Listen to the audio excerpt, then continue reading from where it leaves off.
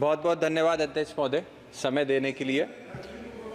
और साथ ही मैं धन्यवाद देना चाहूँगा हमारे रेल मंत्री जी का, जो इतनी देर तक आप यहाँ बैठकर सबके सुझाव ले रहे हैं।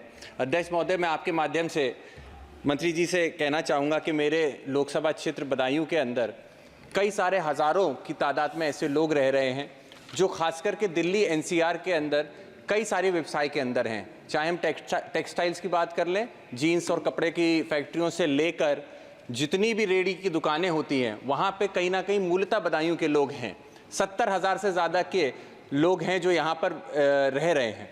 वहीं मैं आपसे आग्रह ये करना चाहता हूँ कि बदायूं से दिल्ली के लिए और दिल्ली से बदायूं के लिए एक रेल सेवा की मांग लगभग 10 से 15 सालों से की जा रही है।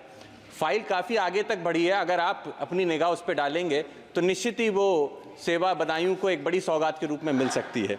वहीं मैं आपसे अनुरोध ये भी करना चाहूँगा कि उज्जैनी से बदायूं और सहसवान होकर बबराला, जो बबराला गुन्नौर में क्षेत्र पड़ता है, वहाँ तक अगर एक रेल सेवा शुरुआत होगी तो वो भी बहुत ही कारगर साबित होगी। तीसरा और आखिरी बिंदु मेरा आपसे यही होगा कि एक रेल की सेवा बदायूं से, जो हमारे उत्तर प्रदेश की राजधानी है लखनऊ, और लखनऊ से वापस अगर चलेगी तो ये एक बहुत बड़ी सौगात होगी। साथ ही मैं आपसे अनुरोध ये भी करूँगा कि रेल के अंदर जो खाने का और पेंट्री का काम चलता है, उसमें जो पानी के रेल नीर जो आपने किया है वो सब्सिडाइज रेट पे पानी देता है पैसेंजर्स को। वहीं पे आपके यहाँ के जो कर्मचारी हैं, कई जगह पे देखा जाता है कि वो प्राइवेट कंपनीज के पानी को जो ज़्यादा रेट के होते हैं, मार्जिन के होते हैं, उनको बेचने का काम करते हैं। उस पर भी रोक अगर लगेगी तो निश्चित ही हमारे जो गरीब तबके के लोग हैं उनका फ़ायदा होगा।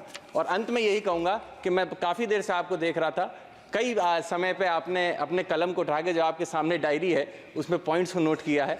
अगर मैं नौजवान हूँ, एक आपका कई चीज़ें सीखने को मौका मिलेगा। अगर उस कलम को उठा के मेरी ये मांग है आप लिख लेंगे तो एक संतुष्टि दिल को भी हो जाएगी। सर बहुत बहुत धन्यवाद अध्यक्ष महोदय, बहुत बहुत धन्यवाद। श्रीमती कमलजीत सरावत।